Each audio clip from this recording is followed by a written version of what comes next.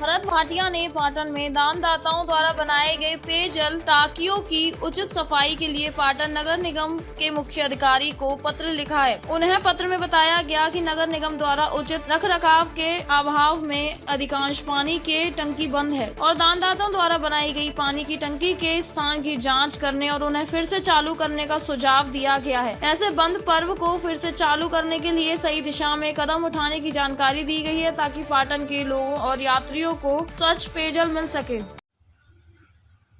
पाटण शहर में पाटण शहरना श्रेष्ठी दाताओं तरफ थी वर्षों पहला पाटण की प्रजा ने पीवानी तकलीफ न पड़े, पाटण में आवता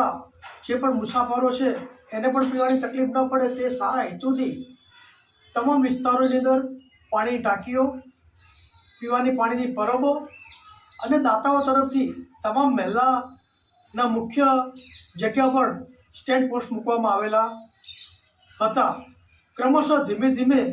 પાટણ નગરપાલિકાની કોઈ જાળવણી ન થતાં ઘણી બધી ટાંકીઓ પાટણ નગરપાલિકાએ તોડી પાડી છે।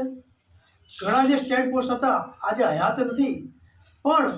મહદ અંશે ગણી શકાય એટલી પીવાની પાણીની પરબો પાટણ શહેરમાં આજે હયાત છે। ઘણી ટાંકીઓ હયાત છે પણ નગરપાલિકાની યોગ્ય જાળવણી ન થતાં પાણીના કનેક્શન ચાલુ નહીં હોય અને યોગ્ય સાફ સફાઈ ન થવાના કારણે આજે પીવાની પરબો ખંડેર હાલતમાં પડી છે। મેં નગરપાલિકાના ચીફ ઓફિસરશ્રી, નગરપાલિકાના પ્રમુખશ્રી અને વોટર વર્કર્સના ચેરમેનશ્રીને આજે લેખિત મેં આપેલ છે કે પાટણ શહેરમાં જે ચાલુ પરબો છે જેના હજારો લોકો પાટણની પ્રજા હોય કે મુસાફરો પીવાનું પાણી પીવે છે તેની યોગ્ય સાફ સફાઈ કરવામાં આવે અને જે પરબો હાલ સ્થળ પર હાજર છે પણ નગરપાલિકાની જાળવણીના હિસાબે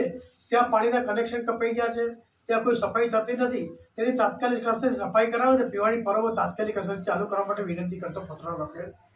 છે। આપના માધ્યમથી કહેવા માગું છું કે પીવાની પરબો જે દાતા હોય